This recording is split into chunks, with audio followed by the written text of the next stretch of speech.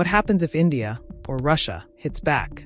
US President Trump just doubled tariffs on Indian imports to 50%, punishing New Delhi for continuing to buy Russian oil. But buried in his executive order is a warning and a threat about what could happen next. Trump's latest executive order, signed on August 6th, targets India's energy ties with Russia. The White House claims that India is directly or indirectly importing Russian oil, and therefore undermining U.S. national security interests, especially amid the war in Ukraine.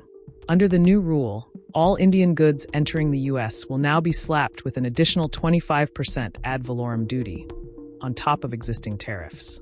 That means total duties on Indian exports to the U.S. could reach up to 50%, affecting sectors from pharmaceuticals to textiles to tech. But this isn't just a penalty. It's a test of alliances, and what happens next could further strain global trade. So what if India retaliates? If India hikes tariffs on American products, or diversifies trade away from the U.S., Trump's order says it will trigger further retaliation. Quoting directly from Section 4, should a foreign country retaliate against the United States in response to this action, I may modify this order to ensure the efficacy of the actions herein ordered. That means even higher tariffs or broader trade restrictions could follow. In the past, retaliatory spirals like this have disrupted billions in two-way trade, especially in agriculture, energy, and services. And what if Russia responds? The executive order also covers Moscow. If the Kremlin takes steps that the U.S. views as aggressive, Trump could expand these penalties further. There's also a monitoring mechanism in place. Under Section 5, the Secretary of Commerce, alongside the State and Treasury departments, is tasked with tracking other countries importing Russian oil. Any country found guilty, even indirectly, can be hit with the same 25% penalty.